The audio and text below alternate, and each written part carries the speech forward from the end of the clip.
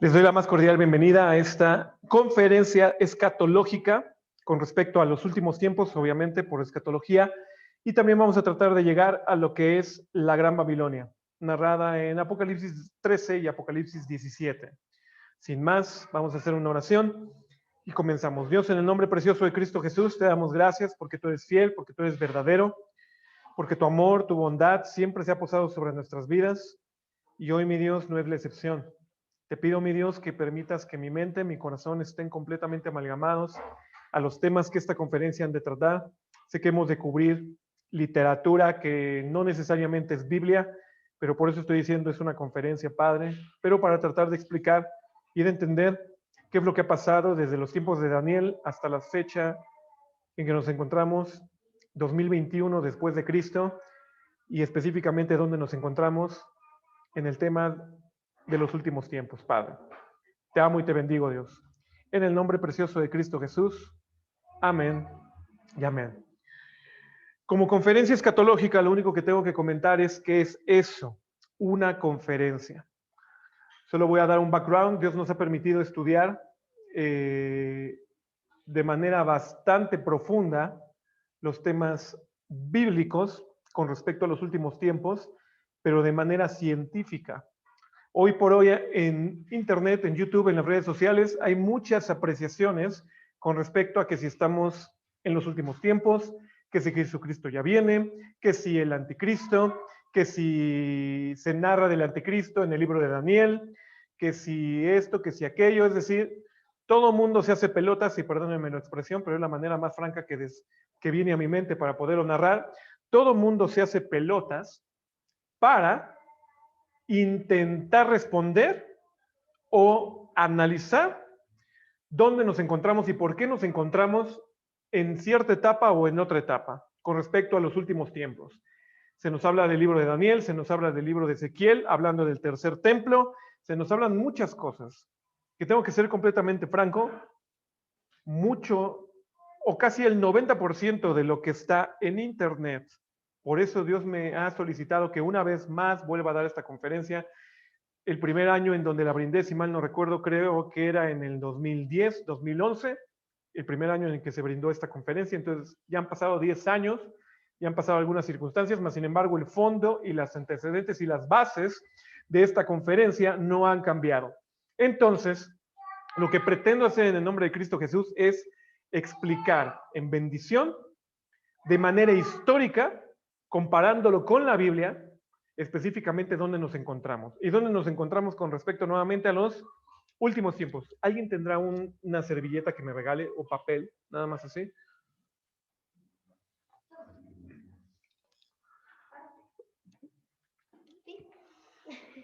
Ya, muchas gracias. Entonces comenzamos, mis amados. ¿Dónde comienza este tema de los últimos tiempos? Para la mayoría de los hijos de Dios que analizan la Biblia y quieren entender esto, comienza en el libro de Daniel. ¿Por qué en el libro de Daniel? Porque en el libro de Daniel narra que Nabucodonosor, en el capítulo número 2, tuvo un sueño. Y tuvo un sueño que le fue muy, pero muy agresivo en su mente y en su corazón. Quedó muy turbado de ese sueño. Y entonces, ¿qué sucedió? Que pidió que vinieran sabios, que pidió que vinieran personas de gran intelecto, para que número uno le dijeran el sueño, porque no se acordaba del sueño. Dijo, he tenido un mal sueño, pero no me acuerdo del sueño. Y número dos, quiero la interpretación de ese sueño. Y lo interesante de ese sueño, antes de que lo lea, antes de que vayamos literalmente al pasaje que está en Daniel capítulo número 2, versículo 28, lo interesante de ese sueño es que Nabucodonosor soñó algo muy similar a lo que ven en la pantalla en este momento. A ver si puedo hacer más grande la imagen. No, porque es en PDF. Bueno, ahí está. Entonces, fíjense. Daniel se acerca como uno de los sabios en su tiempo al rey Nabucodonosor y le dice, este es el sueño que has tenido. Y le presenta más o menos una imagen así. Traten de guardarla en sus mentes y en sus corazones durante los primeros minutos de toda esta conferencia, de toda esta plática. ¿Por qué? Porque esta es la base. ¿Por qué es la base? Y tengo que ser completamente honesto, me he encontrado incluso con geopolíticos, me he encontrado con personas investigadoras en ciencia, que no tienen nada que ver con Cristo, no tienen nada que ver con el Evangelio, no tienen que ver nada con la religión, que basan el tiempo de la historia humana en esta imagen que están viendo. ¿Por qué? Porque entienden, históricamente hablando, y lo voy a decir mucho en esta plática, no voy a referir cosas de discernimiento de Dios y que si Dios me dijo o interpretaciones bíblicas, no, no, no, no. Históricamente hablando, estos científicos, estos investigadores, basan la historia de todo lo que es la vida del ser humano hasta los últimos días que estamos viviendo a través de la interpretación de esta imagen. ¿Qué es esta imagen? Esta imagen es un hombre que tiene cabeza de oro, brazos y dorso de plata, muslos y cintura de bronce, piernas de hierro y pies de hierro con barro. ¿De dónde viene esa descripción del sueño? Como les digo, del libro de Daniel, capítulo número 2, versículo 28, y voy a tratar de leerlo, sí, lo más entendible posible, pero de manera agilizada. Si alguien de los presentes o también de los que están viendo la conferencia desean estos PDFs, los pueden tener sin ningún problema. No soy un gran creador de PDF, pero simplemente la información está ahí creada y ahí está accesible para ti. Dice: Oh Nabucodonosor, hay un Dios en el cielo. ¿Quién está hablando? Está hablando Daniel. A él, Dios le ha dado a conocer al rey Nabucodonosor lo que sucederá al fin de los días. Subrayemos si gusten, fin de los días. Tu sueño y las visiones que has tenido en tu cama eran estos. A ti, oh rey, en tu cama te surgieron pensamientos sobre lo que había de suceder en el futuro. Y el que revela los misterios te ha dado a conocer lo que sucederá. Esto es Dios.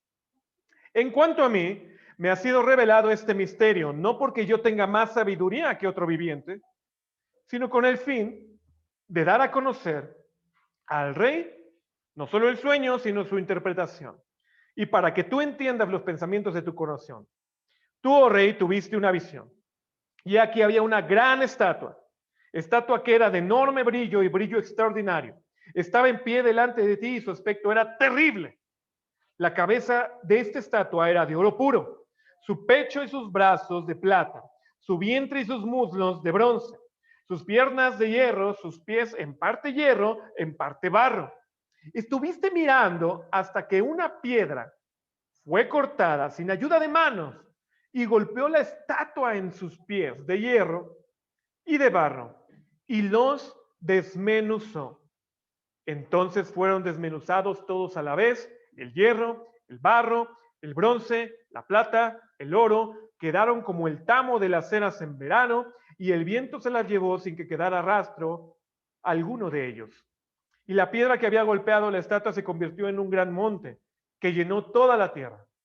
Este es el sueño, y ahora diremos su interpretación. Ojo, para aquellos que les gusta andar interpretando la Biblia sin entender lo que dice la Biblia, bendita historia, Daniel dijo a través, o más bien Dios dijo a través de Daniel, no, no, no, yo no quiero cualquiera que interprete lo que le acabo de dar a Nabucodonosor. Así que yo mismo le doy la interpretación a Daniel. Y empieza diciendo: tú, oh rey, eres rey de reyes, a quien el Dios del cielo ha dado el reino, el poder, la fuerza y la gloria. Y donde quiera que habiten los hijos de los hombres, las bestias del campo o las aves del cielo, Él los ha entregado en tu mano y te ha hecho soberano de todos ellos. Tú, Nabucodonosor, eres la cabeza de oro. Entendamos entonces que la interpretación directa de esta estatua está empezando a dar el mismo profeta Daniel. Después de ti se levantará otro reino inferior a ti, y luego un tercer reino de bronce que gobernará sobre toda la tierra.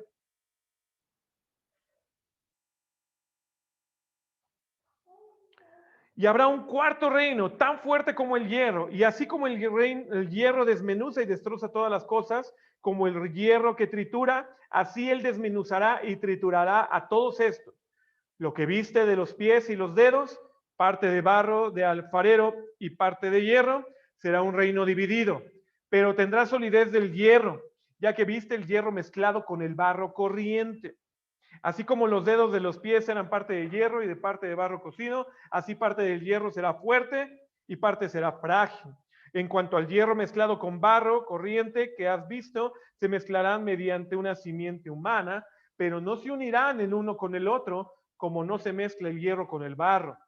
En los días de estos reyes, el Dios del cielo levantará un último reino que jamás será destruido. Este reino no será entregado a otro pueblo, desmenuzará y pondrá fin a todos aquellos reinos y él permanecerá, es decir, el último reino, permanecerá para siempre. Tal como viste que una piedra fue cortada del monte sin ayuda de manos y que desmenuzó el hierro, el bronce, el barro, la plata y el oro, el gran Dios ha hecho saber al rey lo que sucederá en el futuro. Así pues, oh Nabucodonosor, el sueño es verdadero y la interpretación es fiel. Nada de que la interpretación no, y sí, y esta estatua se refiere a un mal sueño que se comió muchos tacos de pastor y de suadero, el rey, y por eso Nabucodonosor. No, no, no. Esa es la interpretación y la misma Biblia lo acentúa. Y es tan textual que este libro histórico, porque para nosotros es un libro profeta, de uno de los profetas mayores, pero para los demás científicos de la escritura, este es un libro histórico que comprende el periodo de cautiverio de un pueblo llamado Israel, en donde el que a su vez está escribiendo, que es Daniel, vivió 4 reyes en su tiempo. Nabucodonosor, Belsasar, Ciro y Tiro, o Tiro y Ciro, ¿ok? En ese sentido. Entonces, esto es la expresión del libro. Acá tenemos una interesante nuevamente imagen que ya les había puesto y grábatela en tu mente. Esto es lo que vamos a estar meditando durante un buen tiempo a lo largo de estos primeros minutos. Cabeza de oro, brazos y dorso de, muslos de bronce, piernas de hierro, pies de hierro con barro cocido, barro corriente, dice por ahí la versión. ¿A qué se refiere entonces esto? Porque está dando ya directamente la interpretación a reinos. A eso se está refiriendo. Y lo interesante es que esos reinos ya pasaron, mis hermanos. Esto es lo interesante que hay que dejar en estos antecedentes. Babilonia, del 601 a.C. al 539. Fue reconocida por su magnificencia, sus conquistas militares y por amor al oro. Ahí viene la enciclopedia de donde lo tomamos. Pero posterior a esto, dice la misma expresión de lo que leímos en Daniel, que se iba a levantar, ¿qué? Otro reino. La misma Biblia nos está diciendo que se levantaría otro reino. Si no quieres tomar en contexto la Biblia, vete a una enciclopedia, bendita historia. Después de los babilónicos, ¿quién conquistó a los babilonios? Los medos persas. Los medos persas, desde el 538 al 333 a.C., literalmente fueron 2 imperios, medos persa. Podemos entender entonces por qué tenía brazos, 2 extensiones, 2 brazos. Fueron inferiores a Babilonia en lujo y en magnificencia. Pero es bien interesante que los tributos que se daban a los medos persas no se pagaban en oro, se pagaban en plata. Esto es bastante curioso. El nombre del tributo que se le daba a los medos persas significaba plata. Entonces, de ahí podemos entender lo que el mismo Daniel dijo en referencia. De Babilonia siguieron los medos persas. Históricamente, sí, avalado por las enciclopedias y por lo que datan las tablillas de datación de tiempos, todo lo que utilizan los arqueólogos, los historiadores, pero por otro lado también entendiendo que la plata era o fue significativo específicamente para quienes, para los medos persas. Grecia, posterior a ellos, del 331 a.C., Grecia, bajo las órdenes de Alejandro Magno, los egipcios llevaban a los griegos, les llamaban a los griegos los hombres de bronce. Les gustaba mucho el bronce para pelear, para distinguir con sus armaduras, sus cascos, escudos, espadas de bronce. Ezequiel 27:13 dice: Javán, Tubal y Mesec comerciaban también contigo. Con hombres y con utensilios de bronce comerciaban en tus ferias. Javán significa Grecia en hebreo. Entonces la misma Biblia en Ezequiel está mencionando que quien tenía el distintivo del bronce en sí mismo como nación o como reino fuerte, pues eran los griegos. Posterior a eso apareció Roma. Simplemente estoy dando dataciones de cómo fueron apareciendo los reinos, quién conquistó a quién. Posteriormente, entonces, después de Roma, desde el 146 a.C. al 476 después de Cristo, Roma se distinguió por la forma en que conquistó al mundo, por la fuerza en que trituró y despedazó, por el poderío armado que tenía, quebrantó todo. Los ejércitos romanos utilizaban armaduras de hierro, tanto que fueron conocidos como las legiones de hierro de Roma. Y entonces podemos empezar a entender de alguna manera, ¿por qué entonces fue desglosado los reinos así? Porque Dios contempló que así iban a ser. Él ya sabía en su entorno todo, mas sin embargo a Daniel solo le dio ciertas pistas. Pero ya nosotros generamos esas pistas al entender Babilonia, después, ¿quién conquistó a Babilonia? Medos persas. ¿Quiénes conquistaron a los medos persas? Grecia. ¿Quiénes conquistaron a los griegos? Los romanos. Y hasta ahí nos detenemos, ¿ok? Por otro lado, dice Roma se dividió en dos imperios y de ahí sus dos piernas, este y oeste. Roma no fue conquistada, sino que gradualmente desapareció políticamente y ahorita vamos a estudiar un poco de eso. Alianza humana con Roma, hierro con los pies más dedos, más los dedos de barro cocido mezclado con el hierro. Una alianza humana compuesta por la descendencia de la antigua Roma, 10 dedos, 10 reyes. Vamos a ver por qué esto también.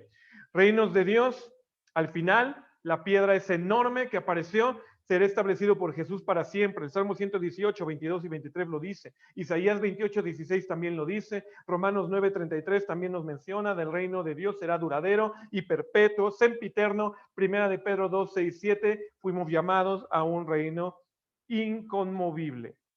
Bendita historia de parte de Dios. Entonces, aquí hago simplemente un primer resumen. La estatua de Nabucodonosor nos está presentando todos los reinos de la faz de la tierra, todos los reinos, porque en Daniel capítulo número 2 se le dice a Nabucodonosor, te ha hecho conocer desde el principio de los reinos hasta el final, se acabó. Y el punto en donde remata ese final es la aparición del reinado de Dios, con esa piedra que apareció, destrozó los pies, después desmenuzó y se quedó creando un monte que fue el último reino, el reino perpetuo, el reino de Jesucristo. Podríamos decir, ese reino todavía no comienza, ese reino todavía no ha llegado. Y ahorita vamos a entender por qué, porque hay que leer otros pasajes. Mas, sin embargo, ok, hay otro pasaje en Daniel capítulo número 7, y lo voy a leer como tal. En el año primero del rey Belsasar de Babilonia, es decir, el segundo a bordo de Babilonia, el hijo de Nabucodonosor, Daniel tuvo un sueño y sus visiones en su mente, estando en su cama. Entonces escribió el sueño y relató el resumen de él. Y habló Daniel y dijo, miraba yo en mi visión nocturna, he aquí, los 4 vientos del cielo agitaban el gran mar. Y 4 bestias enormes, diferentes unas de otras, subían del mar. La primera era como un león y tenía alas de águila. Mientras que yo miraba, sus alas le fueron arrancadas. Fue levantada del suelo y puesta sobre 2 pies, como un hombre, y le fue dado corazón de hombre. Y he aquí otra segunda bestia, semejante a un oso, estaba levantada de un costado. Y en su boca y entre sus dientes tenía 3 costillas. Y le dijeron así, levántate y devora mucha carne. Después de esto seguí mirando y he aquí otra bestia más, semejante a un leopardo, que tenía sobre su dorso 4 alas de ave y la bestia tenía 4 cabezas y le fue dado dominio. Después de esto seguí mirando y en las visiones nocturnas he aquí una cuarta bestia terrible, espantosa en gran manera, fuerte, que tenía enormes dientes de hierro, cabe mencionarlo, devoraba, desmenuzaba y hollaba los restos con sus pies. Era diferente a todas las bestias que primero antecedieron y tenía 10 cuernos. Esto es importante. La bestia cuarta tenía 10 cuernos. Mientras yo contemplaba los cuernos, he aquí otro cuerno, uno pequeño, surgió entre ellos. Y 3 de los primeros cuernos fueron arrancados delante de él, y he aquí este cuerno tenía ojos como los ojos de un hombre y una boca que hablaba con mucha arrogancia. Y seguí mirando hasta que se establecieron tronos, y el anciano de días se sentó. Su vestidura era blanca como la nieve, y el cabello de su cabeza como la lana pura. Su trono llamas de fuego, y sus ruedas fuego abrasador. Un río de fuego corría saliendo delante de él. Miles de millares le servían, y miriadas de miriadas estaban en pie delante de él. El tribunal se sentó y se abrieron los libros. Entonces yo seguí mirando a causa del ruido de las palabras arrogantes que el cuerno decía. Mataron a la bestia, destrozaron su cuerpo y lo echaron a las llamas de fuego. A las demás bestias se les quitó el dominio, pero les fue concedida una prolongación de vida por un tiempo determinado. Seguí mirando en las visiones nocturnas, y he aquí con las nubes del cielo venía uno como un hijo de hombre, que se dirigió al anciano de días y fue presentado ante él, y le fue dado dominio, gloria y reino para que todos los pueblos, naciones y lenguas le sirvieran. Su dominio es un dominio eterno que nunca pasará, su reino uno que nunca será destruido. A mí, Daniel, me angustió mucho por dentro del espíritu, y las visiones de mi mente seguían turbándome. Me acerqué a uno de los que estaban allí de pie y le pedí que me dijera la verdad acerca de todo esto, y me respondió dándome a conocer la interpretación de estas cosas. Ojo, nuevamente, las visiones del libro de Daniel, muy sorprendentes ante lo leído probablemente, pero nosotros no damos la interpretación. La misma Biblia da la interpretación y nos empieza a dar el camino. Dice, me acerqué a uno. ¿Dónde estoy? Versículo 16, gracias. Me acerqué a uno de ellos que estaban de pie allí, le pedí que me dijera acerca de todo esto y me respondió dándome a conocer la interpretación. Estas bestias, 4 enormes que has visto, son 4 reyes que se levantarán en la tierra. Pero los santos del Altísimo recibirán el reino y poseerán el reino para siempre, por los siglos de los siglos. Amén. Entonces quise saber acerca de la cuarta bestia, que era diferente de todas las demás, de una manera terrible, con sus dientes de hierro y sus garras de bronce, y que devoraba y desmenuzaba y hollaba los restos con sus pies. A la verdad acerca de los 10 cuernos que tenía en su cabeza, y del otro cuerno que había surgido, delante del cual cayeron 3 de ellos, es decir, el cuerno que tenía ojos y una boca que hablaba con mucha arrogancia, y cuya apariencia era mayor que la de sus compañeros. Mientras yo miraba, este cuerno hacía guerra contra los santos. Este último cuerno, este cuerno chiquito, hacía guerra ¿contra quién? Contra los santos, y prevalecía sobre de ellos. Hasta que vino el anciano de días e hizo justicia a favor de los santos del Altísimo. Cuando llegó el tiempo cuando los santos tomaron posesión del reino, dijo así: la cuarta bestia será un cuarto reino en la tierra, que será diferente de todos los otros reinos. Devorará toda la tierra, la hollará, la desmenuzará. Y los 10 cuernos de este reino son 10 reyes que se levantarán. Otro se levantará después de ellos y será diferente de los anteriores. Subyugará a 3 reyes. Y él, este último cuerno, el cuerno pequeño, proferirá palabras contra el Altísimo y afligirá, a los santos del Altísimo, e intentará cambiar los tiempos y la ley. Y les serán entregados en sus manos por un tiempo, por tiempos y por medio tiempo, pero el tribunal se sentará para juzgar, y su dominio les será quitado, aniquilado y destruido para siempre. La soberanía, el dominio de la grandeza de todos los reinos debajo de todo el cielo serán entregados al pueblo de los santos del Altísimo. Su reino será un reino eterno, y todos los dominios le servirán y le obedecerán.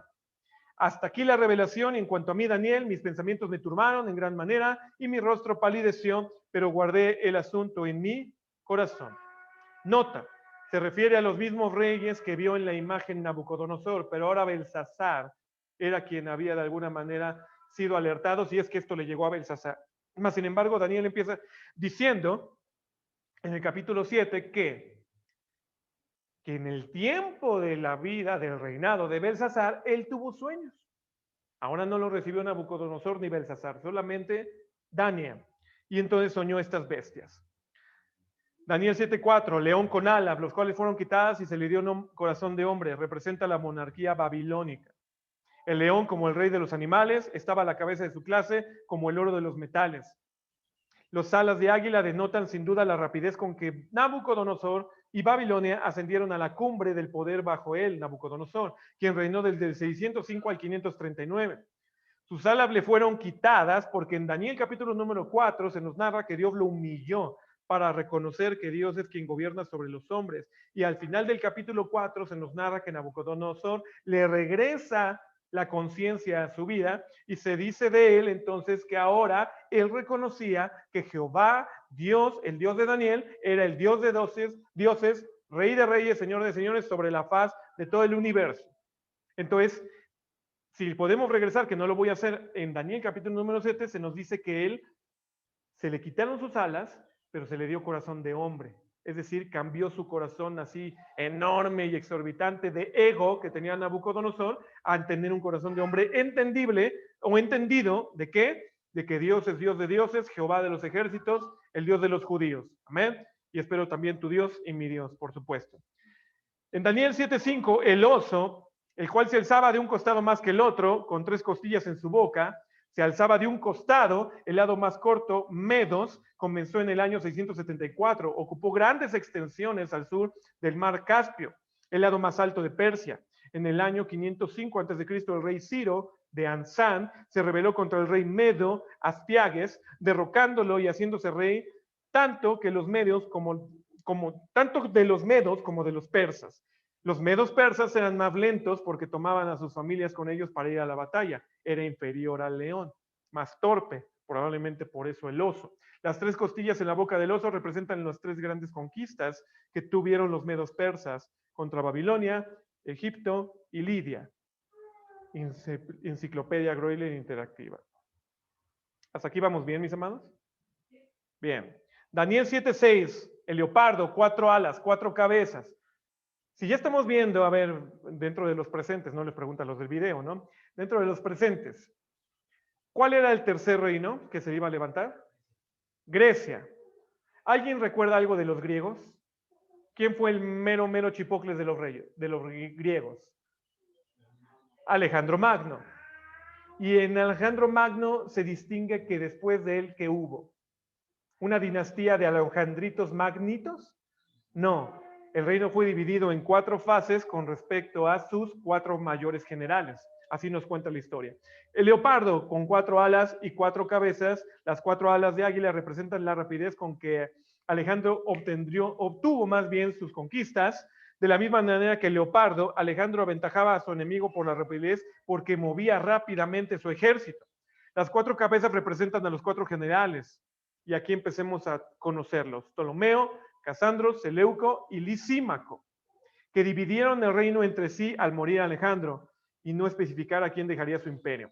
En Daniel 8:22, y en cuanto al cuerno que fue quebrado y descendieron 4 en su lugar, significa que 4 reinos se levantarán de esa nación, aunque no con la misma fuerza de él. En Daniel 10:20 se dice, él me dijo, ¿sabes por qué he venido a ti? Pues ahora tengo que volver a pelear contra el príncipe de Persia y terminar con él, ya que viene el príncipe de Grecia. El príncipe de Grecia vendrá. Daniel 11:4 nos dice, pero cuando se haya levantado, su reino será quebrantado y repartido hacia los 4 vientos del cielo, no a sus descendientes, ni según el dominio con el que él dominó, porque su reino será arrancado y será para otros fuera de ellos.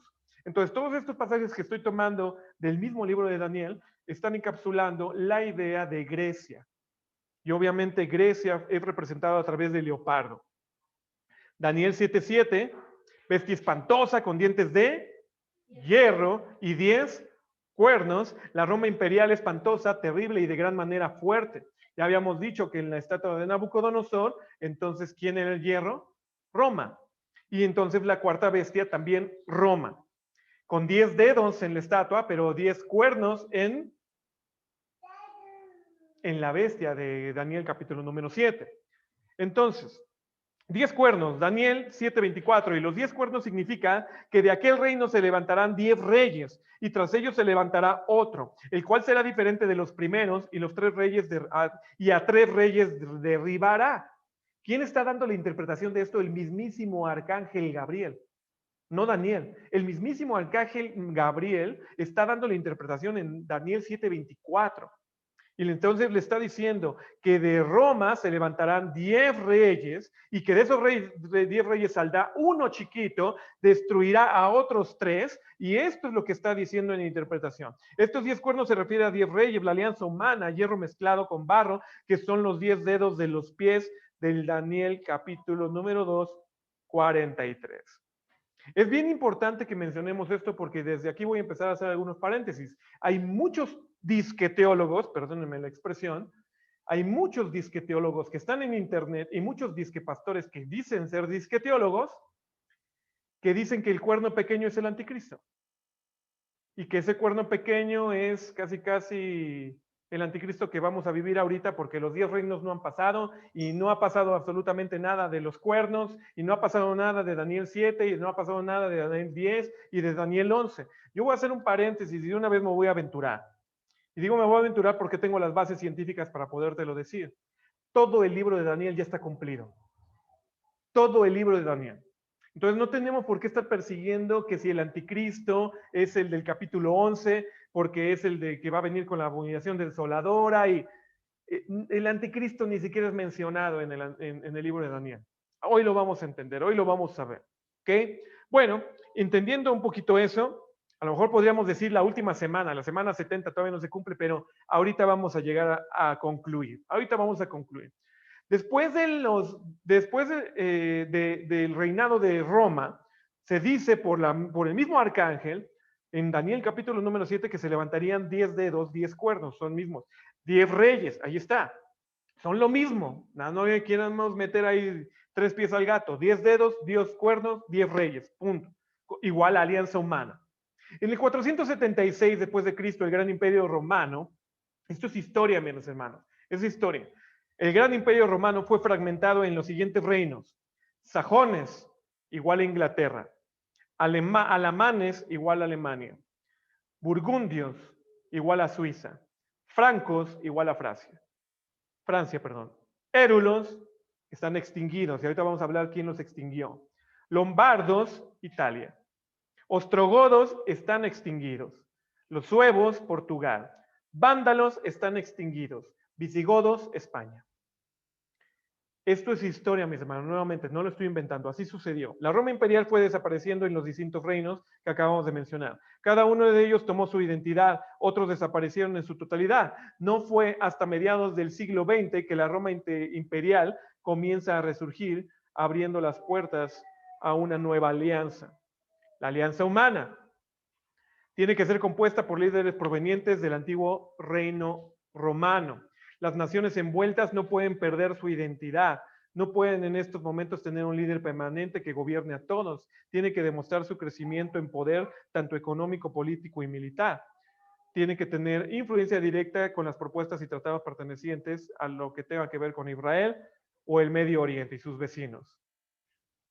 En 1950, el ministro de Asuntos Exteriores, fulanito de tal, empezó a hacer algunas situaciones de alianza con respecto a integrar el tema de industrias de carbón, acero y Europa Occidental. Todos estos son antecedentes, mis hermanos, antecedentes históricos que nos van a terminar narrando lo que el libro de Daniel nos dijo en el capítulo número 2, que aunque quisieran en alianza humana, el hierro y el barro cocido no se mezclan. Lo han intentado mezclar, pero no se mezclan. Y ahorita vamos a ver por qué. En 951 se forma la Comunidad Europea del Carbón y del Acero, con 6 miembros: Bélgica, Alemania Occidental, Luxemburgo, Francia, Italia, los Países Bajos.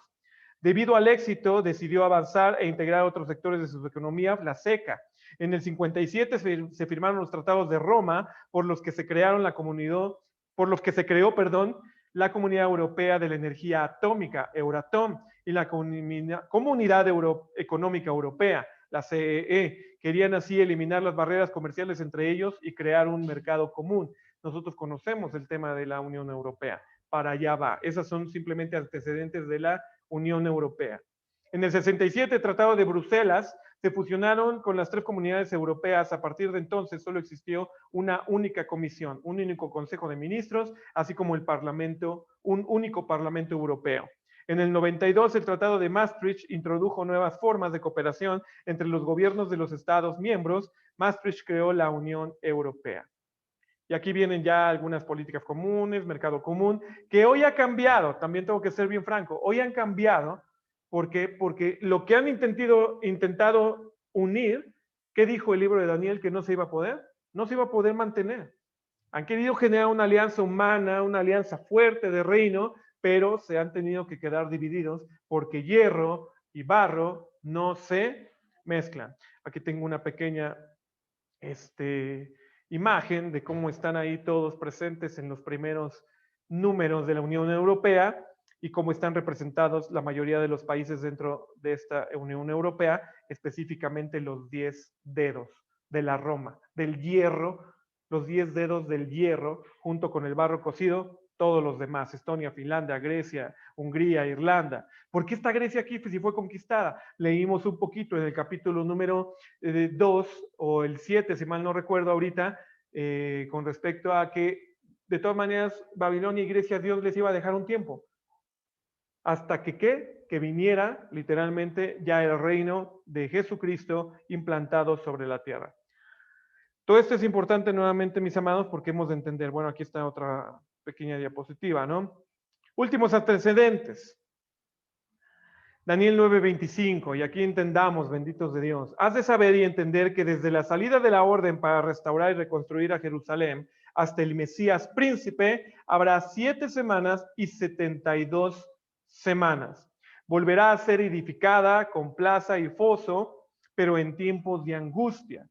¿Alguien recuerda cuando este capítulo, este versículo de Daniel fue consumado en la historia de Israel?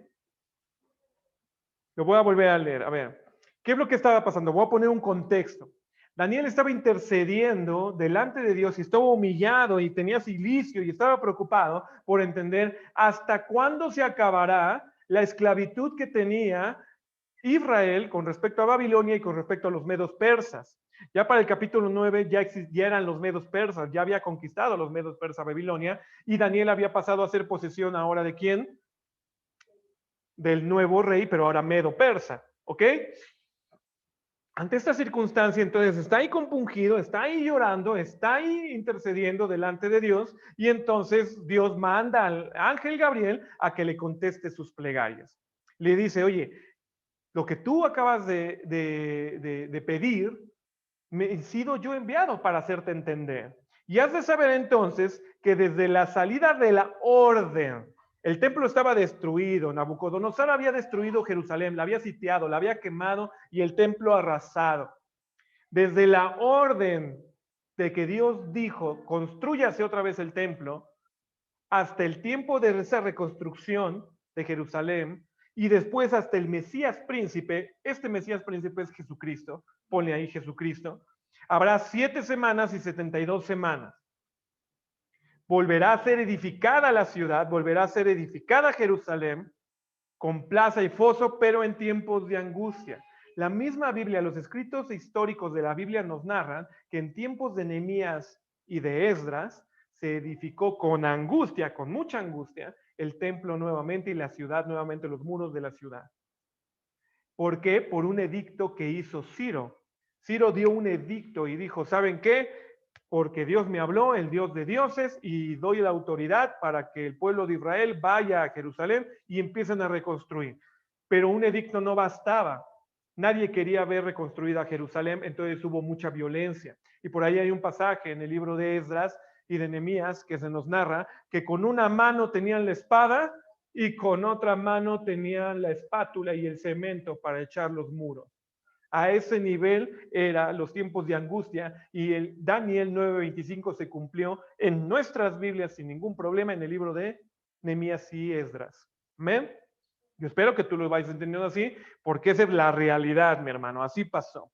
Después de las 62 semanas, 62 semanas, el Mesías será muerto y no tendrá nada. Y el pueblo del príncipe que había de venir destruirá la ciudad y el santuario, y su fin vendrá con inundación, aún hasta el fin de habrá guerra, las desolaciones están determinadas. Y él hará un pacto firme con muchos por una semana, pero a la mitad de la semana pondrá fin al sacrificio y a la ofrenda de cereal. Sobre el ala de las abominaciones vendrá el desolador hasta que una destrucción completa, la que está decretada, sea derramada sobre el desolador. Hasta ahí.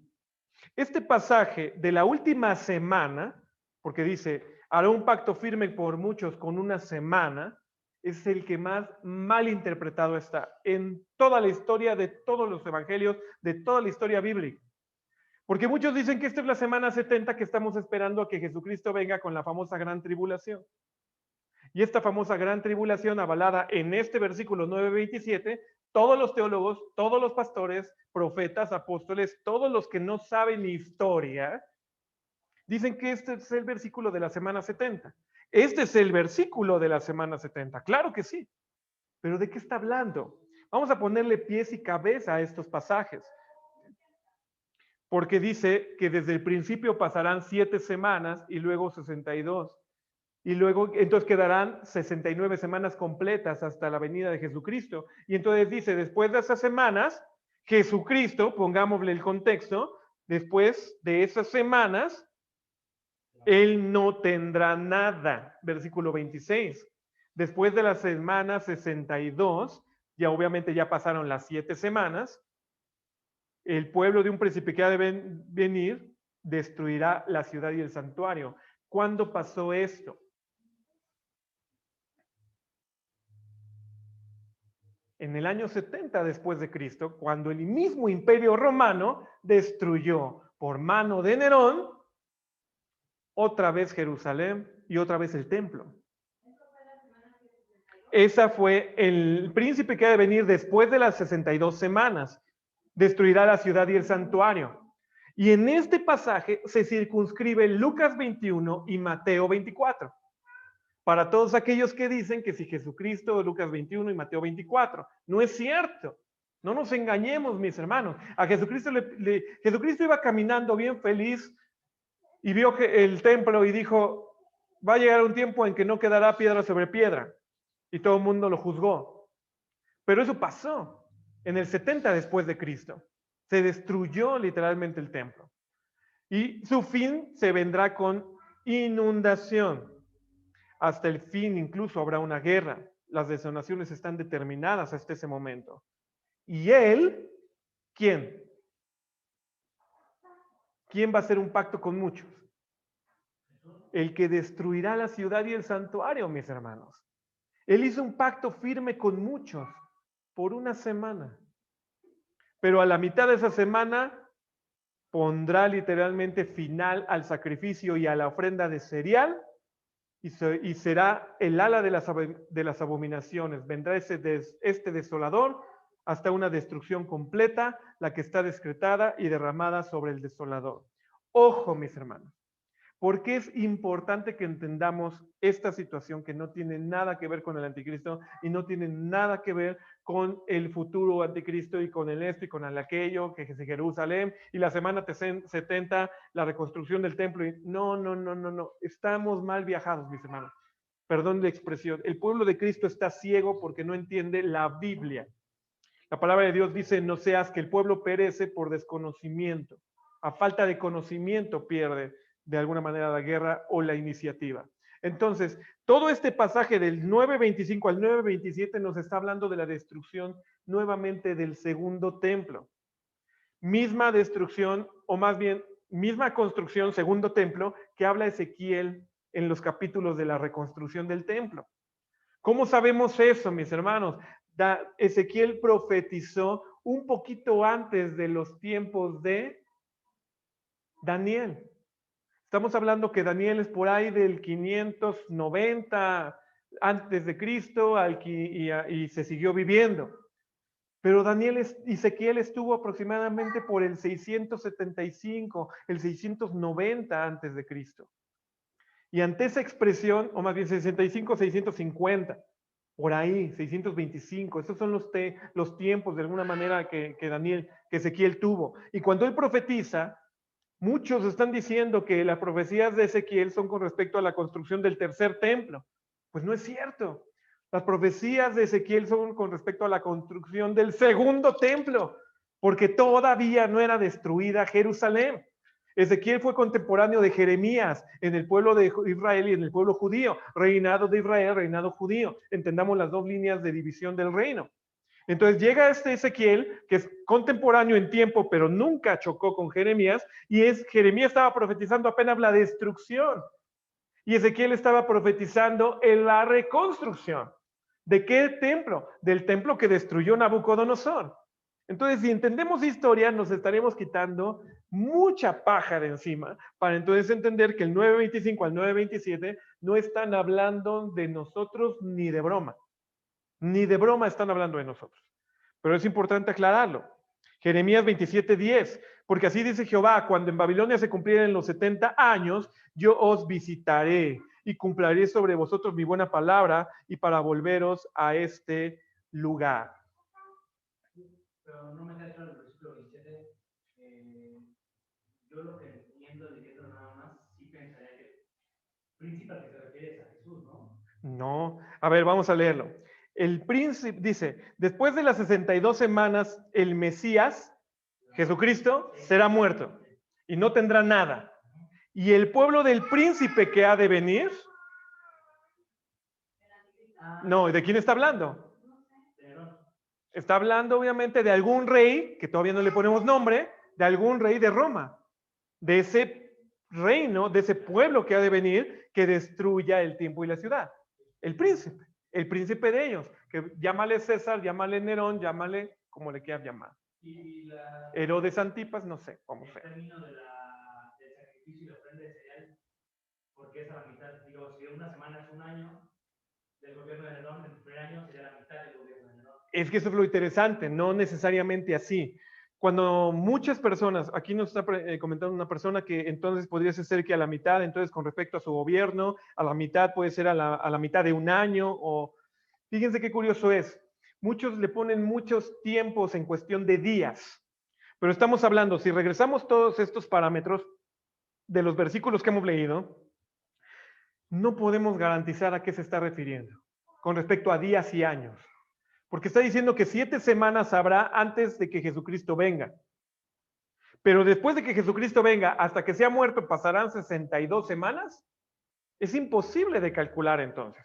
¿A cuánto equivale una semana para Dios? Nuevamente lo puedo leer y lo puedo regresar. Está diciendo que 70 semanas están dispuestas para tu pueblo. 70. ¿Pero con respecto a qué?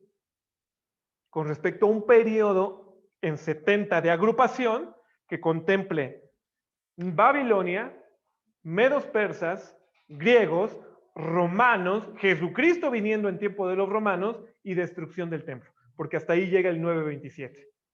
Hasta ahí se ha completado la semana 70. Entonces, fíjense, y ahora un pacto firme con muchos por una semana, la última semana, la 70.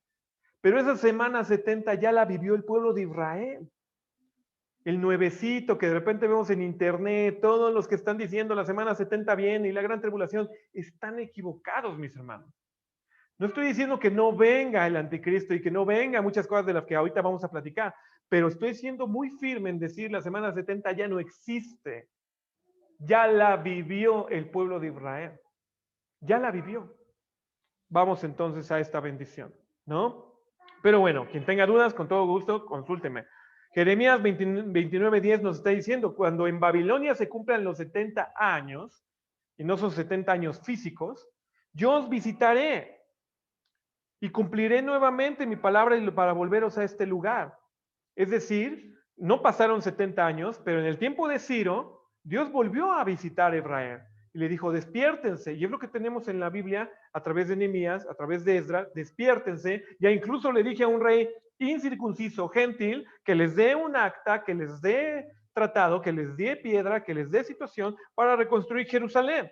Ya también Jeremías estaba hablando de eso. Y qué curioso, estaba hablando también en términos de 70. Pero es simplemente porque el tema de Dios con respecto al 70 es propio, nada más. Ahora, ojo, historia de Antíoco Epífanes. ¿Por qué voy a meter a Antíoco Epífanes? Porque nuevamente el libro de Daniel es muy mal usado para hablar que de ahí sacamos quién es el anticristo. Y usamos versículos muy precisos, y yo lo he visto en conferencias, lo he visto en tratados, lo he visto en libros, y están equivocados. El mismo libro de Daniel nos dice quién era el famoso anticristo que había de aparecer. No digo que no se llamara en su momento anticristo por lo que significa yendo en contra de la unción o yendo en contra del ungido. Pero era Antíoco, de una vez me adelanto, era Antíoco Epífanes. Daniel 8:1 dice, en el año tercero del reinado de Belsasar me apareció una visión a mí, después de aquella que me había aparecido antes. Después de ¿cuál era la que le apareció primero en el 7? las bestias, ¿no? En el 8, vi una visión y sucedió que cuando la vi, yo estaba en Susán, que es cabecera del reino en la provincia de Elam. Vi pues una visión estando junto al río Ulai. Y alcé mis ojos y miré, y aquí un carnero que estaba delante del río, el cual tenía 2 cuernos. Los 2 cuernos eran altos, pero uno era más alto que el otro, y el más alto subió a la postre. Vi que el carnero hería con los cuernos al poniente, al norte, al sur, y que ninguna bestia podía mantenerse en pie delante de él, ni había quien librara de su mano, y hacía conforme a su voluntad, y se engrandecía. Y mientras yo consideraba, he aquí un macho cabrío venía de la parte del poniente sobre la faz de la tierra, la cual no tocaba la tierra. El macho cabrío tenía un cuerno notable entre los ojos. Y vino hasta el carnero que tenía los 2 cuernos, el cual yo había visto que estaba delante del río, y corrió contra él con gran ira de su poder, con la ira de su poder. Y lo vi que llegó junto al carnero y se levantó contra él, y lo hirió, y quebró los 2 cuernos, porque en el carnero no había fuerzas para pararse delante de él. Lo derribó, por tanto, en tierra, lo pisoteó, no hubo quien lo librase al carnero de su mano. El macho cabrío se engrandeció en gran manera, y estando en su fuerza mayor, aquel gran cuerno fue quebrado, y en su lugar subieron otros 4 cuernos notables hacia los 4 vientos del cielo. Esto es muy interesante en la numerología de todo lo que hemos visto, Daniel 2, Daniel 7 y ahora Daniel 8. ¿De quién está hablando en los primeros versículos de Daniel? De los medos persas. De los medos persas. Lo voy a volver, pero ahora lo voy a descifrar. El reino medo persa tenía 2 cuernos y lo vimos, uno que era más largo y el otro. Uno sí se extendió más fuerte, el de los persas, el de los medos no tanto. Y entonces fueron heridos por un macho cabrío. ¿Cuál era el macho cabrío en esta percepción? Alejandro Magno. Alejandro Magno fue quien hirió a los medos persas, griego. Y de ahí se levantaron 4, ¿qué? 4 cerdos notables. Versículo 8:8, hacia los 4 vientos del cielo, que tiene la misma descripción del lenguaje profético de Daniel capítulo número 7, que nos dijo que de ese leopardo se levantaría que su reino sería esparcido en 4 esferas hacia los vientos de los cielos. Y uno de ellos salió un cuerno pequeño, el cual creció mucho al sur. Fíjate este cuerno pequeño. ¿De quiénes? De los 4 vientos. Este bicuerno pequeño que creció mucho al sur y al oriente y hacia la tierra gloriosa, y se engrandeció hasta el ejército del cielo, y parte del ejército de las estrellas se echó por tierra y las pisoteó. Aún contra el príncipe de la fortaleza se engrandeció, y por él fue quitado el continuo sacrificio, y el lugar de su santuario fue echado por tierra. No, está hablando de un personaje que surgió dentro de los 4 generales de Alejandro Magno. ¿Y quiénes fueron los 4 generales? Lo vimos un poquito arriba. Ahorita los vamos a recordar. Seleuco, Ptolomeo, el otro y el otro. ¿Ok? De ahí salió uno, que es lo que se está narrando en esta historia. No nos perdamos, está hablando de él. Pero veamos el lenguaje que se está utilizando para entender que muchos, por el lenguaje que se utiliza, piensan en el anticristo de hoy de nuestros tiempos, pero no tienen nada que ver. Y el ejército le fue entregado a causa de la prevaricación sobre el continuo sacrificio. Y muchos dicen, no, ya ves que el anticristo va a detener el sacrificio cuando ya todos tengan el tercer templo creado, porque ya todo está listo y ya todo esto, y el anticristo se va a levantar y va a detener a la mitad de la semana 70 el continuo sacrificio y va a decir la cara, jaja, y empieza la gran tribulación. Mentira de mentiras de mentiras. Nada más balbucean en las ideas que les han sido predicadas, pero no entienden la Biblia porque no la estudian. Y hoy tratamos de dar esta conferencia para entender la Biblia. Amén. Entonces, esto que está hablando capítulo número 8, todo es sobre Antíoco Epífanes. Porque este cuarto pequeño que se levanta y que detiene el sacrificio ¿de qué templo? Del segundo templo ya restaurado. Del segundo templo de Esdras ya restaurado. ¿Ok? Y aún un santo que hablaba y otro de los santos dijo a aquel que hablaba, ¿hasta cuándo durará la visión del continuo sacrificio y la predicación asoladora que pone en el santuario y el ejército para ser hollados? Ahorita vamos a ver que todo lo que hizo Antíoco Epífanes, para entonces entender por qué dicen la prevaricación desoladora y todo esto que está hablando ahí el capítulo 8. Y él me dijo, hasta 2300 tardes y mañanas el santuario será purificado. Y aconteció que mientras yo, Daniel, consideraba la visión y buscaba su significado, he aquí uno con apariencia de hombre se puso delante de mí. Este pasaje a mí me encanta, sobre todo ahí sí tengo que usar un poquito de interpretación. ¿De quién está hablando? Primero, Daniel capítulo 2 y Daniel capítulo 7, ¿quién interpreta? ¿Quién dijo que vino a explicarle a Daniel las visiones? El arcángel Gabriel. Pero ahora no está el arcángel Gabriel. Ahora está Jesucristo mismo hablando con él. Es una cosa bellísima, este pasaje me encanta. Y uno que parecía apariencia de hombre se puso delante de mí, oyó una voz de hombre entre las riberas que gritó y dijo, Jesucristo le dijo, Gabriel, enséñale a este la visión. Uy, qué chulada, qué chulada. Porque nuevamente entonces la Biblia no nos va a dejar engañar. Los que ya están viendo el video a lo mejor van a decir, ya creían en la semana 70, ya creían ahí en el anticristo y a la mitad de la semana la gran tribulación y quién sabe qué. Uy, este está bien loco. Bueno, mis hermanos, háganle caso a Jesús y a Gabriel, porque aquí viene la interpretación. Amén. La interpretación dice, enséñale a este la visión. Y ahí está escrito. Vino luego cerca de donde yo estaba y con su venida me asombré y caí sobre mi rostro. Pero él me dijo, entiende, hijo de hombre, porque la visión será para el tiempo del... Fíjate el lenguaje que está utilizando. Por eso muchos creen que por este lenguaje está hablando del tiempo del fin. Todavía no pasa el fin. No, mi hermano, estaba hablando de la semana 70, estaba hablando del tiempo que Dios le determinó al pueblo de Israel. Nada más. No tiene nada que ver con los gentiles. Vino luego entonces y dice que para el tiempo del fin. Y mientras él hablaba conmigo, caí dormido, y fíjate entonces dónde está el cumplimiento. Aquí lo dice el ángel, aquí lo dice Gabriel, enviado por ¿quién? Por Jesús mismo. Yo no te voy a poner palabras, lee el pasaje, ¿vale? Por eso está ahí. Y dijo, he aquí yo te enseñaré lo que ha de venir en el fin de la ira. ¿En serio va a venir esto en el fin de la ira? Vamos a leer, mis hermanos. Porque el fin de la ira es otro lenguaje profético que podrá traducirse de alguna manera el último tiempo, el 2060, el 2084, yo qué sé, ¿no? No. Entendamos lo que va a decir Gabriel. Aquel carnero que viste que tenía 2 cuernos, ¿quiénes eran? Los reyes medos y persas. Hazle como quieras. Aquí lo dice 8:20, el carnero que viste los 2 cuernos son los reyes medos y los reyes persas. Y el macho cabrío es el rey de Grecia. Nosotros hoy por historia sabemos quién es ese rey de Grecia. Alejandro Magno. Amén. Y el cuerno grande que tenía entre sus ojos es el rey primero, Alejandro Magno. Y en cuanto al cuerno que fue quebrado y sucedieron 4 en su lugar, significa que 4 reinos se levantarán de esta nación. ¿De qué nación? De los griegos. No dejemos de perder esta interpretación porque es lo que está diciendo Gabriel. Si no, refútenle. Amén. Muy bien. Al fin del reinado de estos, cuando los transgresores hayan llegado a su colmo, se levantará un rey altivo de rostro y entendido en enigmas. Y su poder se fortalecerá, mas no por su propio poder.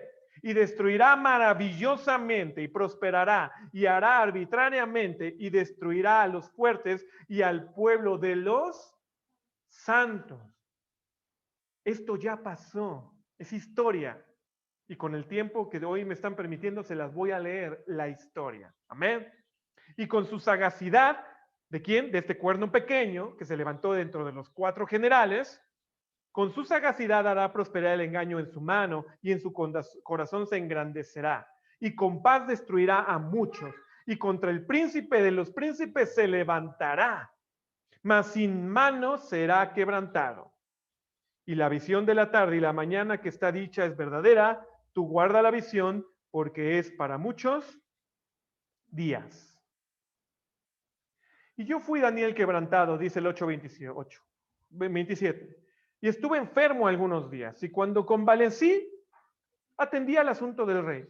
Mas estaba espantado por aquella visión, y no había quien la entendiese. Daniel, pues no le iba a poder entender Daniel porque todavía no conocía a Alejandro Magno, ni mucho menos iba a llegar a conocerlos. Daniel iba a morir antes. Daniel jamás conoció el reinado de los griegos. Él murió en tiempos de Ciro, que fue el último rey persa que conoció. ¿Ok? Pero en el año de Darío, el Medo, yo estuve para animarlo y fortalecerlo, y ahora yo te mostraré la verdad. He aquí que aún habrá 3 reyes en Persia, y el cuarto se hará grandes riquezas, más que todos, y fortificándose con sus riquezas, incitará a todos contra el reino de Grecia. Se levantará luego un rey poderoso. Vamos a poner nombres, porque luego se nos van, tanta escritura se nos va si no le ponemos nombre, ¿ok? Y se levantará luego un rey poderoso, el cual señorará con gran dominio y hará su gran voluntad. ¿De quién está hablando el 11.3?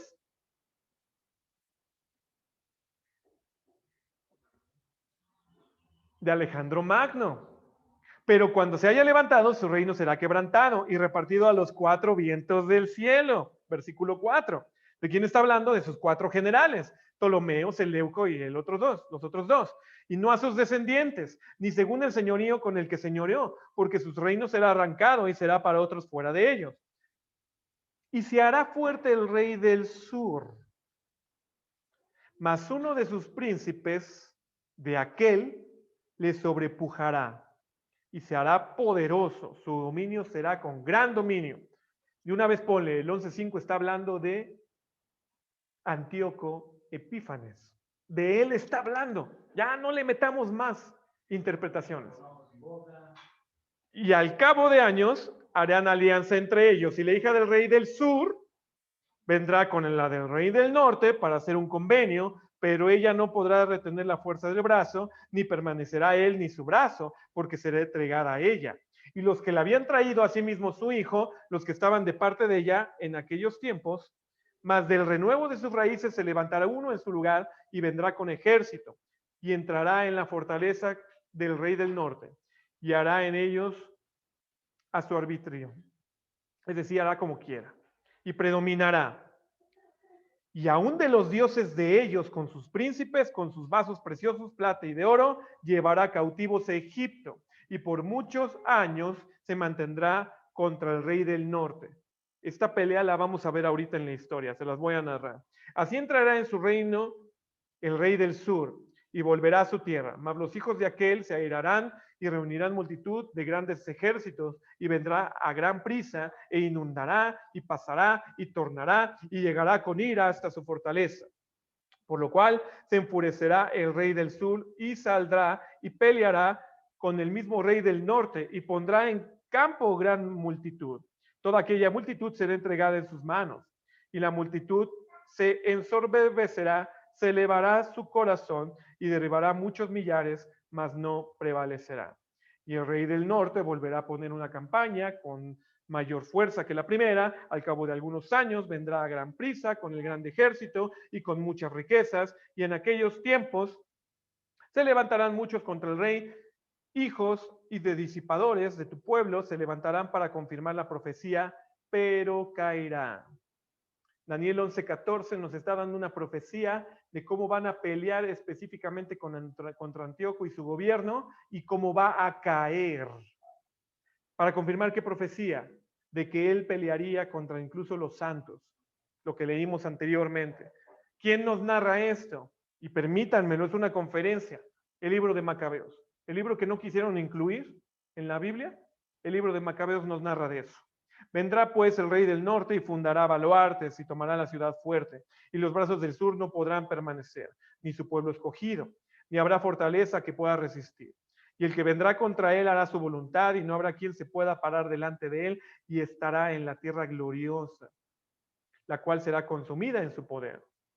Pondrá luego su rostro para venir con el poder de todo su reino, y hará con aquel cosas rectas, y le dará una hija de mujeres para comprometerle, pero no le respaldará ni estará de su lado. Volverá después de su rostro a las islas y tomará muchas más. Un príncipe le hará parar su afrenta y aún tornará sobre él su oprobio. Luego volverá su rostro a las fortalezas de su tierra, mas tropezará y caerá y no será hallado. Entonces se levantará en su lugar un recaudador de impuestos en la gloria del reino, pero que a los pocos días será destruido, no en enojo ni en batalla. Yo aquí puse en el 11:21, Antíoco Epífanes, y en su lugar se levantará un hombre vil. Me había equivocado, el 11:7 que te dije, no, bórralo, es aquí donde aparece, pero nuevamente tengo respaldo en toda la historia, ¿no? Solo que me adelanté, ya quiero mencionar a Antíoco y me adelanté a decirlo. En el 11:21, Antíoco Epífanes, y en su lugar se levantará un hombre vil, el cual no dará la honra del reino, pero vendrá con paz y tomará el reino con halagos. Y con los brazos de inundación serán inundados delante de él y serán quebrantados. Y aún también el príncipe del pacto. Después de la alianza hecha con él hará engaño. Estos versículos, todos estos versículos, dicen los que dicen que saben que se refieren al anticristo que ha de aparecer en próximos meses, años o días. No es cierto, es una mentira. Pareciera que son versículos que le podemos atañir, pero no tienen nada que ver. La historia de Daniel 11:21 se llama Antíoco Epífanes. Nuevamente lo vuelvo a decir. Después de la alianza hecha con él hará engaño y todo esto. Estando en la provincia de paz y en abundancia, entrará y hará lo que no hicieron sus padres ni los padres de sus padres, presas y despojos, riquezas repartirá a sus soldados, contra las fortalezas formará sus designios por este tiempo. Y despertará sus fuerzas y su corazón contra el rey del sur. Con gran ejército, el rey del sur se moverá a la guerra con grande y fuerte ejército, mas no prevalecerá, porque le harán traición. Aún los que comen su pan le destruirán, y su ejército será destruido y caerán muchos muertos. Y el corazón de estos dos reyes será para hacer el mal. Una misma mesa tratarán mentira, mas no servirá nada, porque el plazo aún ha de venir al tiempo señalado. Y se volverá a su tierra con grande riqueza, y su corazón será contra el pacto santo. Actuará pues contra este y se volverá a su tierra. Al tiempo señalado volverá y vendrá hacia el sur, mas no será postrera su venida como la primera, porque vendrán contra él naves de Quitim, y él se contristará y volverá y se enojará contra el pacto santo y actuará contra este. Volverá pues, se entenderá con los que abandonan el santo pacto y se levantarán brazos de su parte y contaminarán el santuario de fortaleza y quitarán el continuo sacrificio. Esto lo hizo Antíoco Epífanes. Y pondrán la abominación desoladora. Antíoco Epífanes, ahorita lo vamos a leer, o a lo mejor más también lo santo, pero es un documento que puedes tener acceso a él. En lugar donde está el propiciatorio de Dios, y ahí había sacrificio continuo, él puso una imagen de Zeus, hijo del Dios al que se debe adorar. Y en lugar de sacrificar un macho cabrío y cortarlo y hacer sacrificio a Jehová, sacrificaba cerdos, la famosa abominación desoladora. Y con lisonjas hará pecar a los adoradores del pacto, mas el pueblo que no conoce a su Dios se esforzará y hará proezas. Los famosos macabeos. Y los sabios del pueblo instruirán a muchos, pero caerán a espada y a fuego, en cautividad y despojo por muchos días. Y en su caer serán ayudados de un pequeño socorro, y muchos se juntarán a ellos con lisonjas. Y algunos de los sabios caerán para ser purificados y limpiados y emblanquecidos hasta el tiempo determinado, porque aún para esto hay plazo. El rey hará su voluntad, se enaltecerá, se engrandecerá contra todo Dios, y contra el Dios de los dioses hablará maravillas, y prosperará hasta que sea consumada la ira, por lo que está determinado se cumplirá. No hará caso del Dios de sus padres, porque se cree que este en particular, Antíoco Epífanes, era judío. Sí, griego, de una manera, pero tenía una ascendencia ahí judía. Ni del amor de sus mujeres, ni se cuidará de Dios alguno, porque sobre todo se engrandecerá, mas honrará en su lugar al Dios de las fortalezas, Zeus, Dios que sus padres no conocieron. Lo honrará con oro y plata y piedras preciosas y con cosas de gran precio, y actuará contra los baluartes más fuertes con el Dios ajeno que él reconocerá y colmará de honores. Y los hará señorear sobre muchos, por interés repartirá la tierra. Pero al cabo de un tiempo, perdón, me brinqué un poquito. Al cabo del tiempo del rey del sur se le enfrentará contra él, y el rey del norte se levantará contra él como una tempestad. Ojo, esto es bien importante también mencionarlo, porque que si no conocerá al Dios de sus padres, que esto es judío y que cuenten su número y que 666 y que el anticristo y que quién sabe qué, Son pasajes bien usados para hablar del anticristo y mentira. El mismo pasaje, el mismo contexto nos está llevando a cómo va a ser derribado Antíoco Epífanes. Al cabo del tiempo, el rey del sur se va a levantar contra él y el rey del norte se levantará contra él como una tempestad, con carros, gente de a caballo, muchos navíos, y entrará por las tierras, se inundará y pasará. Y vendrá la tierra gloriosa y muchas naciones caerán, mas escaparán de su mano Edom y Moab y lo mejor de los hijos de Amón.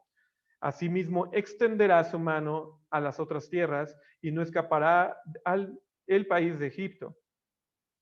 Se apoderará de los tesoros de oro y plata y todas las cosas preciosas de Egipto. Libios y etíopes seguirán sus pasos, pero noticias de oriente y del norte lo estremecerán. Saldrá con grande ira y para destruir y matar a muchos, y plantará las tiendas de su palacio entre los mares, en el monte deseable del santuario, y vendrá su fin y no tendrá quien le ayude. Aquí se están narrando en los últimos versículos el final de la vida de Antíoco Epífanes. ¿Quién nos avala todo esto? Pues la historia, mis hermanos. Y aquí es donde tengo que seguir leyendo. En el siglo IV a.C., un joven llamado Alejandro Magno conquistó toda la cuenca oriental del mar Mediterráneo. Esa región incluye hoy en día países como Grecia, Turquía, Afganistán, Irak, Egipto, Israel, Siria y otros. Alejandro Magno murió en el año 323 a.C. Su imperio se repartió entre sus generales y estos a su vez formaron dinastías. Egipto fue gobernado por la dinastía de los Ptolomeos. Egipto, rey del Sur. Pensemos Egipto Sur, Ptolomeo Sur, que es lo que viene en la descripción de Daniel capítulo número 11. El rey del norte, el rey del sur, Egipto Sur, de la que Cleopatra fue parte. Y Siria por la de los Seleucidas. Espérame tantito que se me está desconectando aquí. Eso es todo.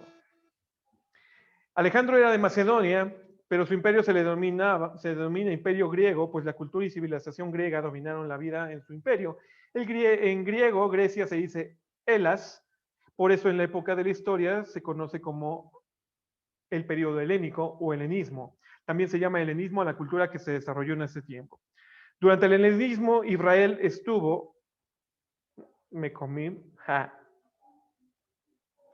al principio dominado por la dinastía de los Ptolomeos de Egipto, pero luego Antíoco III de Siria, Antíoco el Grande, arrebató a Israel de la mano de los Ptolomeos. Hoy día diríamos que Israel pasó a ser colonia egipcia, a ser colonia de Siria.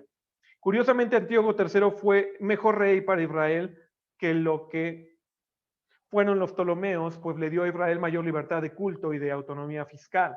Sin embargo, tiempo después, Antíoco III fue derrotado por Roma, que para ese entonces ya era la potencia militar más temida del Mediterráneo. Para facilitar la asimilación, los romanos se llevaron al hijo menor de Antíoco III y lo educaron en Roma y Grecia. El sucesor de Antíoco III fue su hijo Seleuco IV, pero fue asesinado. Antíoco IV aprovechó la ocasión, derrotó al asesino usurpador y asumió el poder, ya que en el trono Antíoco IV se autodenominó Epífanes, que significa aparición, queriendo decir que él era una manifestación de Dios mismo. Estamos viendo entonces Antíoco IV, Antíoco Epífanes, del que se nos narra en Daniel 11. O sea, el demente. De esta forma, como Siria controlaba a Israel, Antíoco IV se convirtió en rey de Israel. ¿De quién estamos hablando? De la pelea que tuvo el norte contra el sur. Lo vemos un poquito narrado. Para ese tiempo, la figura principal de gobierno en Jerusalén era el sumo sacerdote Onías, quien era leal a la ley y tradiciones judías. Pero su hermano Jasón fue donde Antíoco IV y le ofreció dinero a cambio de lo que le designaran como sumo sacerdote y lo sacaran a su hermano, y así sucedió. Lo que se nos narra en el capítulo 11 de que los santos corruptos contra los santos que se mantuvieron rectos. Ok. Jasón se dedicó a promover la cultura helénica y el paganismo con el propósito de obtener lucro y poder de sus señores sirios. Los libros de Macabeos nos cuentan esta historia. El Mucoster is History, Culture and Religion of the Hellenistic Age. Philadelphia Fortress Press, y ahí viene todo de donde es sacada esta información. Expresadas dudas sobre la objetividad de estos libros y sugiere que contienen exageraciones en el tema, obviamente, de los macabeos, pero no ofrece información que apoye sus opiniones, por lo que falta prueba en contrario. Confiaremos en el testimonio de los libros del autor de Segunda de Macabeos 4 del 5 del 10 al 15, nos dice así de Jasón. ¿Quién era Jasón? el sumo sacerdote que pidió que por dinero fuese puesto. ¿Ok? El rey Antíoco IV le concedió lo que pedía y desde que Jasón tomó posesión del cargo, fomentó entre sus compatriotas la manera griega de vivir. Renunció a los privilegios, me choca comérmelo así de rápido, que bondadosamente los reyes habían concedido a los judíos por intercesión de Juan, el padre de Eupólemo. Este Eupólemo es el mismo que fue enviado a hacer un tratado de amistad y pacto con los romanos. Jasón suprimió además las costumbres conformes con la ley e introdujo otras contrarias a ellas. Se apresuró a construir un gimnasio al pie de la ciudadela e hizo que los jóvenes más sobresalientes se dedicaran a los ejercicios del gimnasio. La extremada maldad del impío y falso sumo sacerdote Jasón hizo que por todas partes se propagara la manera griega de vivir y que aumentara el deseo de imitar lo extranjero. Así los sacerdotes dejaron de mostrar interés por el servicio del altar y ellos mismos, despreciando el templo y descuidando los sacrificios, en cuanto sonaba la señal, se apresuraban a ayudar a los luchadores a entrenarse en los ejercicios prohibidos de la ley. Despreciaban por completo los honores de la propia patria y estimaban un sumo grado de glorias entre los griegos. Todo esto sacado obviamente de Segunda de Macabeos. Fíjese que fueron los propios judíos Sonías y los suyos quienes trataron de importar el helenismo y establecerlo en su propia tierra.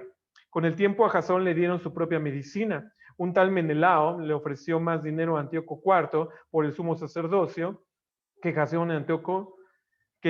tenía y Antíoco se lo concedió. Lo gravísimo de esta última transacción era que aunque Jasón era de la familia sacerdotal, Menelao no lo era, de forma que su sacerdocio era una violación abierta y directa a la ley. Esto promovió la continuación de la lucha de poder que ya existe en Jerusalén, provocando revueltas, matanzas, asesinatos y robos. Algunos dicen que el libro de Jueces está cañón. Lean Macabeos, mis hermanos, está peor. Está peor, está peor. Por eso no está en la Biblia. Bueno, en una de esas revueltas, dice el autor de Segunda de Macabeos, el rey Antíoco IV creyó equivocadamente que Judea se estaba sublevando y al regresar de una campaña contra Egipto invadió Jerusalén. Una vez en la ciudad, Antíoco IV profanó el templo. Así se narra en Primera de Macabeos 1, 21 al 24 y Segunda de Macabeos 5, del 15 al 17. Entró con arrogancia en el santuario. ¿Se acuerdan que leímos en el 11, 27? Que él era arrogante, que se levantó acá fuerte. Entró con arrogancia en el santuario y se apoderó del altar de oro, el candelabro con todos los accesorios, de la mesa para los panes sagrados, de las copas, de las tazas, los cucharones de oro, el velo. Bueno, arrancó el enchapado de oro que adornaba la fachada del templo. Se apoderó también de la plata, del oro, los utensilios preciosos, los tesoros escondidos, los cuales logró encontrar. Con todas esas cosas se fue a su país, también mató a mucha gente y habló con grandísima insolencia, nos narra Macabeos. No contesto con esto, el rey se atrevió a penetrar en el templo más sagrado de toda la tierra y Menelao, traicionando las leyes y la patria, le sirvió de guía. Con sus manos impuras tomó los vasos sagrados, robó las cosas que otros reyes habían ofrecido para el engrandecimiento, la gloria y la dignidad del templo. Antíoco estaba lleno de orgullo y no entendía que, a causa de los pecados de los habitantes de Jerusalén, el Señor se había enojado por poco tiempo y parecía haberse olvidado incluso del santuario.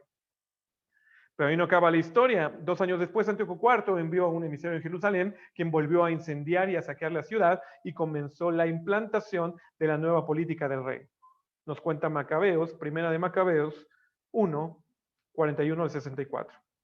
El rey publicó entonces en todo su reino un decreto que ordenaba a todos formar un solo pueblo. ¿Suena como de anticristo? ¿Una sola nación, un solo pueblo? Pues sí, por eso los pasajes de alguna manera los quieren compaginar, pero no tiene nada que ver con eso. Abandonado cada uno sus propias costumbres. Todas las otras naciones obedecieron la orden del rey y aún muchos israelitas aceptaron la religión del rey. Ofrecieron sacrificios a los ídolos y profanaron el sábado. Por medio de mensajeros, el rey envió a Jerusalén y demás ciudades de Judea decretos que obligaban a seguir costumbres extrañas en el país y que prohibían ofrecer holocaustos, sacrificios, ofrendas en el santuario, que hacían profanar obviamente también el sábado, las fiestas, el santuario y todo lo que era sagrado, que mandaban construir altares, templos y capillas para el culto idolátrico, así como sacrificar cerdos y otros animales impuros, dejar sin circuncidar a los niños y mancharse con toda clase de cosas impuras y profanas, olvidando la ley y cambiando todos los mandamientos. Aquel que no obedeciera las órdenes del rey sería condenado a muerte. Esto así sucedió, mis hermanos, así lo hizo Antíoco. Me voy a adelantar un poquito para llegar Estoy leyendo acá. Y mataron también a sus familiares, a los que habían hecho la circuncisión, es decir, persiguieron al pueblo que sí quería ser santo y los destrozaron, los ganaron, los mataron. Sin embargo, hubo muchos israelitas que tuvieron la fuerza y el valor para negarse a comer alimentos impuros. Prefirieron morir antes que profanarse comiendo alimentos, violar la alianza sagrada, y en efecto murieron. Fueron días terribles, calamidades para Israel. Entre otras muchas abominaciones desde el punto de vista de la ley de Moisés, Antíoco prohibió cumplir la ley de Moisés, proscribió las costumbres de Israel, impidió los sacrificios y ofrendas de la ley y levantó un altar pagano en el altar de los sacrificios del templo. En su lugar instauró un culto pagano grecorromano. Lo dicho hasta ahora nos permite entender lo escrito en Daniel 11, del 31 al 36, 39. En ese pasaje leemos proféticamente todo sobre Antíoco Epífanes, el cuarto. Me estoy adelantando un poquito, es mucha lectura, mis hermanos, pero se los dejo para que lo tengan. Yo quiero dejar este antecedente para que lo dejen bien preciso. Nada que ver con lo que se predica y que la semana 70 y el nuevito, no, qué bárbaro. Bueno, entre muchos, porque todas estas doctrinas de que el anticristo y la semana 70 no se ha cumplido, todos la creen, todos, y es impresionante, es la gran mentira con la que se ha llenado los oídos al pueblo de Israel y al pueblo de Dios y al pueblo de todos. Ok, todo el pueblo cayó de rodillas, se inclinó hasta el suelo para adorar a Dios y darle gracias por el éxito que les había concedido. Es decir, ya narré en Macabeos cómo destrozaron y mataron literalmente a Antíoco Epífanes, y de ahí surge la celebración que se conoce entre los judíos, Hanukkah. De ahí surge el Hanukkah. ¿Ok? De la matanza de Antíoco Epífanes. Por fin nos liberamos de este sádico que no nos dejaba sacrificar y adorar a nuestro Dios. Él no destruyó el templo. Esto también es importante. Amén. No lo destruyó. Antíoco IV, ahí está, rey de Siria. Bueno, creo que esa es la imagen más representativa. Creo que viene una de sus, ¿cómo se dice? Aquí dice, hechos más notables, hizo monedas que llevaban la inscripción de Zeus, específicamente con su cara. Levantó un altar de Zeus en el altar judío. En el 168 a.C., luego una campaña exitosa contra Egipto, Antíoco regresó a su país vía Judea y encontró la insurrección en progreso. Todo lo que ya leímos, ¿no? De Macabeos. Porque vendrán contra él naves de Quitín. Daniel 11:30. Y él, Antíoco Epífanes, se contristará y volverá y se enojará contra el pacto santo en Jerusalén, pueblo judío, y hará según su voluntad. Volverá pues y se entenderá con los que abandonen el santo pacto. Menelao abandonó el pacto santo. ¿Se acuerdan de ese sacerdote que sí era sacerdote, pero que abandonó el pacto santo? Y se levantarán de su parte tropas y profanarán el santuario y la fortaleza y quitarán el continuo sacrificio. Antíoco prohibió los sacrificios continuos y pondrán la abominación desoladora. Erige una estatua misma de Zeus dentro del lugar santísimo. Con lisonja seducirá a los violadores del pacto, mas el pueblo que conoce a su Dios se esforzará y actuará. Judas Macabeo y sus rebeldes, ganando una imposible victoria contra las fuerzas de Antíoco.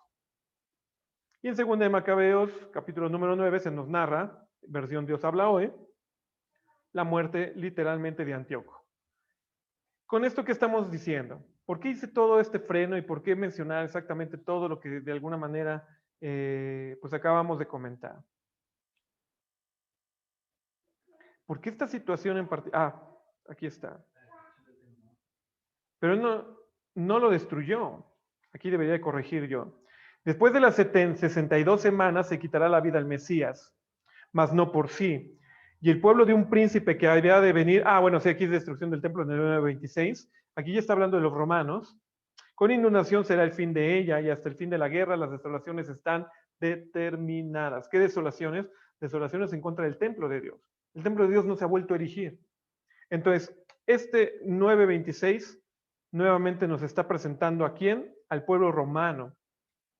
Pero de Daniel 9:26 se fue a Nerón en vez de Antíoco. Sí, claro, perdón, ya lo mezclé mal aquí.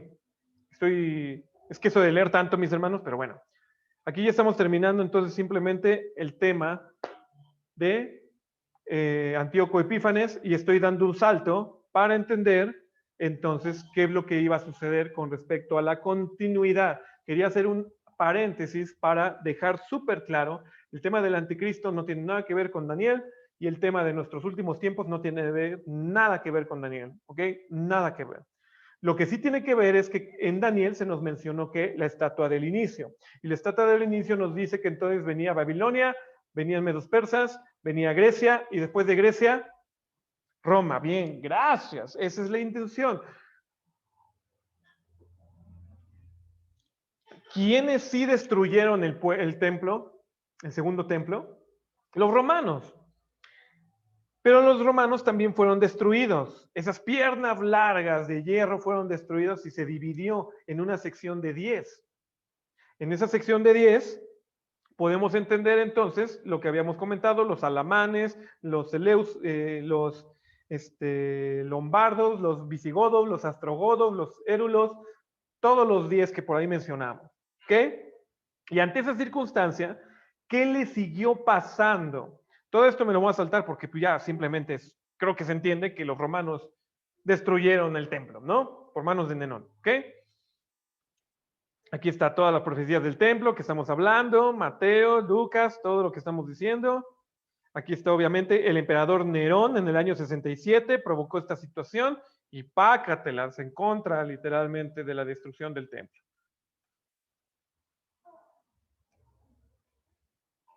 Pero sí me lo voy a saltar. Ya quiero llegar a ese punto, mis hermanos, en donde vamos a descifrar quién es la gran, la gran Babilonia. Aquí está, voy a terminar con esto. En el año 70 después de Cristo, el ejército romano, bajo el mando general Tito, destruyeron Jerusalén y más tarde el templo judío, del cual cada una de las piedras fueron arrojadas al suelo. No quedará piedra sobre piedra, dijo Jesucristo. En Roma se construyó el arco de Tito, en el que aparecen soldados romanos que llevan los tesoros del templo hasta Roma para reconocer las victorias de Roma sobre los judíos. Y el pueblo de un príncipe que ha de venir, en Daniel 9:26, el anticristo, sí, pero el anticristo ¿de quién? De los judíos para destruir el segundo templo, no nuestro anticristo, si lo quieres ver así. Roma destruyó Jerusalén, se acabó. Bendita historia. Y con esto terminamos entonces los antecedentes de los últimos tiempos. ¿Dónde estamos frenados, mis hermanos? En Roma. Estamos frenados en Roma. Amén. ¿Les parece si hacemos un alto? Si se quieren estirar, yo voy a poner fin a esta grabación y pues comenzaremos una segunda grabación en menos de 5 minutos. Que Dios me los bendiga. Continuamos. Estos fueron los antecedentes de los fines del final de los tiempos.